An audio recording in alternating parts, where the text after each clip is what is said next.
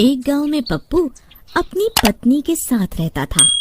उस गांव के लोग बहुत गरीब थे, लेकिन पप्पू शहर में नौकरी करता था, इसलिए वो अच्छे खासे पैसे कमा लेता था।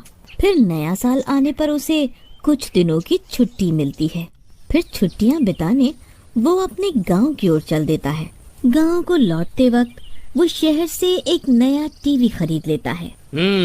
आज तो मजा ही आ जाएगा। पूरे गांव वाले मेरा टीवी देखकर चौंक जाएंगे। अब पूरे गांव में सिर्फ मेरे पास ही टीवी होगा। वाह वाह, राधा तो टीवी देखकर फूल ही नहीं समाएगी। फिर पप्पू टीवी खरीदकर खुशी खुशी गांव की तरफ निकल पड़ता है। फिर जैसे ही वो गांव पहुंचता है, उसे रास्ते में कुछ गांव वाले मिलते हैं। बैलगाड़ी पर इतना बड़ा टीवी देखकर सब गांव वालों की आंखें फटी की फटी रह जाती हैं। फिर पप्पू खुशी खुशी टीवी लेकर घर पहुंच जाता है। उसके टीवी की खबर पूरे गांव में फैल जाती है। अजी वाह वाह, आपने तो मेरा दिल ही खुश कर दिया जी। अब मैं पूरा दिन टीवी देखूंगी। मेरी सारी सहेलियां तो जल भुन जाएंगी। फिर पप्पू टीवी को अपने कमरे में रखकर उसे चालू कर देता है। तभी सब गांव वाले उसकी खिड़की से झांक झांक कर उसका टीवी देखने लगते हैं। चलो भागो यहाँ से, कभी टीवी नहीं देखा क्या? चलो चलो निकलो यहाँ से। फिर पप्पू सब गांव वालों को वहाँ से भगा देता है। फिर पप्पू और राधा खुशी खुशी टीवी देखने लगते हैं। फिर रात होने पर, अरे प्रियतम, तुम कोई भूत की फिल्म देखना चाहोगी क्या? बड़ा मजा आएगा। अजी मुझे तो भूत से बहुत डर लगता है जी। अरे डर कैसा, मैं हूँ ना। फिर पप्पू रिमोट दबाकर भूत की फिल्म लगा लेता है। वो दोनों डरते डरते फिल्म देखने लगते हैं। तभी थोड़ी देर के बाद उन्हें घर के अंदर अजीब अजीब सी आवाजें सुनाई देने लगती हैं। अजी ये कैसी आवाजें आ रही हैं जी? जरा टीवी की आवाज तो बंद कीजिए। फिर पप्पू टीवी की आवाज बंद कर देता है, लेकिन वो भूतिया आवाजें आना बंद नहीं होती।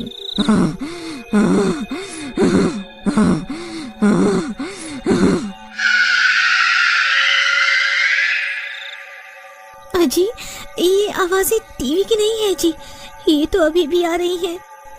मुझे तो बहुत डर लग रहा है। आप ये भूतिया फिल्म बंद कर दीजिए, मुझे डर लग रहा है, मुझे और नहीं देखनी। फिर पप्पू भी डर के मारे टीवी बंद कर देता है और वो दोनों डरते डरते सो जाते हैं। तभी अचानक से टीवी खुद ब खुद चालू हो जाता है और वो डरावनी फिल्म शुरू हो जाती है। तभी टीवी की डरावनी डरावनी आवाजें सुनकर उन दोनों की नींद खुल जाती है। कौन है? अजी ये कमबख्त टीवी खुद ब खुद कैसे चालू हो गया? पता नहीं भगवान, तुम डरो नहीं, मैं अभी से बंद कर देता हूँ। फिर पप्पू डरते डरते जाता है और टीवी को बंद कर देता है और वो दोनों फिर से सो जाते हैं। तभी फिर से टीवी खुद ब खुद चालू हो जाता है और जोर जोर से डरावनी डरावनी आवाजें आने लगती हैं। अरे मर गए रे प्रियतम, ये तो फिर से चालू हो गया, अब क्या करूँ? अजी आप इस टीवी की बिजली के तार ही निकाल दीजिए, फिर ये चालू नहीं हो पाएगा। फिर पप्पू टीवी की बिजली की तार भी निकाल देता है, लेकिन टीवी तब भी बंद नहीं होता। अजी ये कैसे हो सकता है? ये नास मिटा टीवी तो अब भी चल रहा है। तभी फिल्म वाली गर्ल टीवी से बाहर निकलने लगती है। पप्पू टीवी के पास ही खड़ा होता है। ये देखकर राधा की आंखें फटी की फटी रह जाती है। अजी नीचे देखिए, नीचे, अरे मर गई रे। तभी वो चुड़ैल पप्पू की टांग पकड़ लेती है। अरे मर गया रे, ये क्या चीज है? अरे प्रीतम मुझे बचाओ, ये कमबख्त तो मुझे टीवी के अंदर खींच रही है। अरे मर गया रे, कोई मुझे बचाओ। फिर वो चुड़ैल पप्पू को टीवी के अंदर खींचने लगती है और राधा पप्पू के दोनों हाथ पकड़ लेती है। अजी आप घबराइए मत, मैंने आपको पकड़ रखा है। कमबख्त चुड़ैल तो कहाँ से आ गई? छोड़ मेरे पति को, छोड़ मेरे पति को। अरे मर गए रे, अरे भगवान जल्दी कुछ करो, नहीं तो ये नास मिट्टी मुझे अपने साथ अंदर ले जाएगी। फिर राधा बहुत कोशिश करती है, लेकिन वो चुड़ैल पप्पू को अपने साथ टीवी के अंदर ले जाती है और टीवी बंद हो जाता है। राधा की आंखें फटी की फटी रह जाती हैं। वो टीवी को चालू करने की बहुत कोशिश करती है, लेकिन कोई फायदा नहीं। अरे मर गई रे, ये कमबख्त चुड़ैल तो इन्हें अपने साथ ले गई। हाय हाय हाय, अब मैं क्या करूं? हाय, अब मैं क्या करूं? फिर राधा भागती हुई पड़ोस के घर में जाती है और भीमा और कुछ गांव वालों से मदद मांगती है। फिर कुछ लोग राधा के साथ उसके घर आते हैं। देखिए ना भीमा भैया, इस टीवी के अंदर से एक चुड़ैल निकली और इन्हें अंदर खींच कर ले गई। चलो भाई चलो, लगता है राधा बहन का दिमाग खराब हो गया है। फिर सब गांव वाले वहां से चले जाते हैं और राधा हैरान परेशान होकर टीवी के सामने बैठ जाती है। हाजी, आप कहाँ चले गए? अब मैं क्या करूं? इन गांव वालों को कैसे यकीन दिलाऊं कि टीवी की चुड़ैल आपको अपने साथ ले गई है? वहीं दूसरी तरफ उनकी टीवी की खबर एक चोर तक पहुंच जाती है। तो पप्पू शहर से नया टीवी खरीद कर लाया है। उस टीवी पर सिर्फ मेरा अधिकार है। आखिर कोई भी कीमती चीज कल्लू चोर से कैसे बच सकती है? फिर कल्लू चोर पप्पू के घर की तरफ चल देता है। आधी रात हो चुकी होती है। पूरे गांव में सन्नाटा छाया हुआ होता है। इसी का फायदा उठाकर वो चोर पप्पू के घर में झांक कर देखता है। उसे वहाँ टीवी दिखाई देता है और पास में राधा सो रही होती है। ये औरत तो सो रही है। यही सही मौका है। इस टीवी को यहाँ से गायब कर देता हूँ। फिर कल्लू चोर दबे पांव घर में घुस जाता है और धीरे से टीवी उठा लेता है। राधा को कुछ पता नहीं चलता और वो कल्लू चोर दबे पांव वहाँ से निकल जाता है। अरे वाह वाह, आज तो मजा ही आ गया।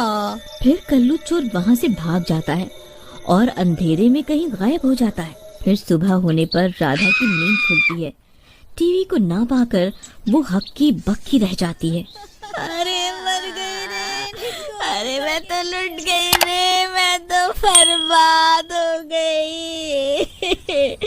मेरे पति को कोई टीवी समेत उठा कर ले गया। अरे गांव वालों, गांव वालों, मेरी मदद करो। अरे मैं लुट गई रे, बर्बाद हो गई। फिर राधा की चीख पुकार सुनकर सब गांव वाले उसके घर पहुंच जाते हैं। अरे राधा बहन, क्या हुआ? इतना चिल्ला क्यों रही हो? अरे भीमा भाई, कोई कमबख्त मेरे पति को टीवी समेत उठा ले गया। अरे मर गई रे, हमारा टीवी चोरी हो गया। लेकिन बहन, पप्पू भाई कहाँ हैं? उन्हें बाहर बुलाओ। मैं अभी उनके साथ जाकर दरोगा जी से इसकी रिपोर्ट लिखवाता हूँ। अरे नास मिटे, बताया तो है कि वो कमबख्त चोर टीवी के साथ साथ इन्हें भी उठा कर ले गया है। कल रात को टीवी की चुड़ैल इन्हें अपने साथ टीवी के अंदर खींच कर ले गई थी। हाय, अब क्या होगा? मैं तो लुट गई रे, बर्बाद हो गई। लगता है राधा बहन को टीवी के चोरी होने का सदमा लग गया है, तभी ऐसी बहकी बहकी बातें कर रही हैं। अरे वाह वाह, आज तो मजा ही आ गया। एक काम करता हूँ, इस टीवी को बेचने से पहले कुछ दिन इस टीवी के मजे ले लूं, फिर इसे बेचूंगा। फिर इतना सोचकर वो चोर टीवी को चालू कर देता है। तभी अरे भाई, मुझे बचाओ, मैं इस टीवी में कैद हो गया हूँ। कृपा करके मुझे यहाँ से बाहर निकालो, नहीं तो ये चुड़ैल मुझे मार डालेगी। अरे ये कैसी फिल्म है भाई, चलो आज इसी के मजे ले। अगर आप इस वीडियो का दूसरा पार्ट देखना चाहते हैं तो कमेंट कीजिए और वीडियो को लाइक कर दीजिए और हमारे चैनल को सब्सक्राइब कर बेल आइकॉन ऑन कर दीजिए।